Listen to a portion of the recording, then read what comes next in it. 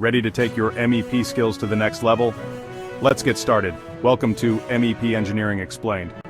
Discover the ultimate hacks in Revit and AutoCAD that will transform your MEP engineering game. From complex calculations to seamless project workflows, we've got you covered. Hit that subscribe button now for professional tips and exclusive resources. Don't miss out. Your next engineering breakthrough is just a click away. Welcome to MEP engineering explained. இன்னொரு video பார்க்க போகிறோம்.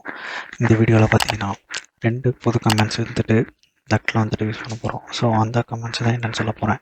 First ஒரு PLR அடிச்சுட்டு 300 mm ductile offset அடிச்சு வரும். இந்த comment எதுக்கு use பண்ணுறோன்னா ஈஸியாக யூஸ் பண்ணுறதுக்காண்டி. இப்போ ரொட்டேட் பண்ணிவிட்டு காப்பி அடிச்சுட்டு காப்பி கமெண்ட் கொடுத்தீங்கன்னா ரொட்டேட்டும் ஆகும், காப்பி ஆகும். ஸோ இப்போ ட்ரிம் அடிச்சுட்டு இதெல்லாம் நமக்கு தேவையில்லையோ இதை ட்ரிம் அடிச்சு விட்டுக்கணும்.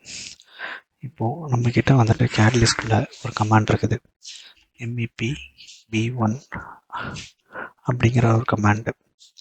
இந்த கமாண்ட் பார்த்தீங்கன்னா அவுட்டர் டெக்ட் டு இன்னர் டெக்ட் கிளிக் பண்ணிவிட்டு பார்த்தீங்கன்னா ஈஸியாக எல்போ வந்துடும். ஸோ இந்த லிஸ்ட் யூஸ் பண்ணுறதுனால ஈஸியான மெத்தடில் நமக்கு நிறைய டைம் சேவ் ஆகும்.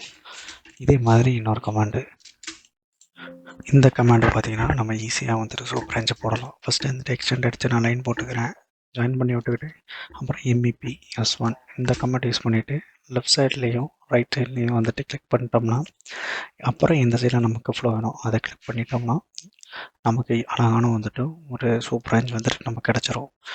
ஸோ இதை வச்சு நம்ம ஈஸியாக டைம் சேவ் பண்ணலாம். ஸோ இதை அக்யூரேட்டாக இருக்கிறதுக்காண்டி நான் எக்ஸ் லைன் அடித்த ஆங்கிள் வச்சு நான் 45 டிகிரி கொடுத்து பார்க்குறேன். இது பார்த்திங்கன்னா பர்ஃபெக்டாக ஆங்கிள் கரெக்டாக மேட்ச் ஆகும்.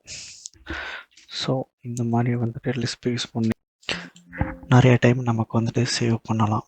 ஸோ இந்த மாதிரியான ஈஸியான லிஸ்ட் அடுத்தடுத்து நம்ம எப்படி யூஸ் பண்ண போகிறோம் அப்படிங்கிறத தெரிஞ்சுக்கோங்க.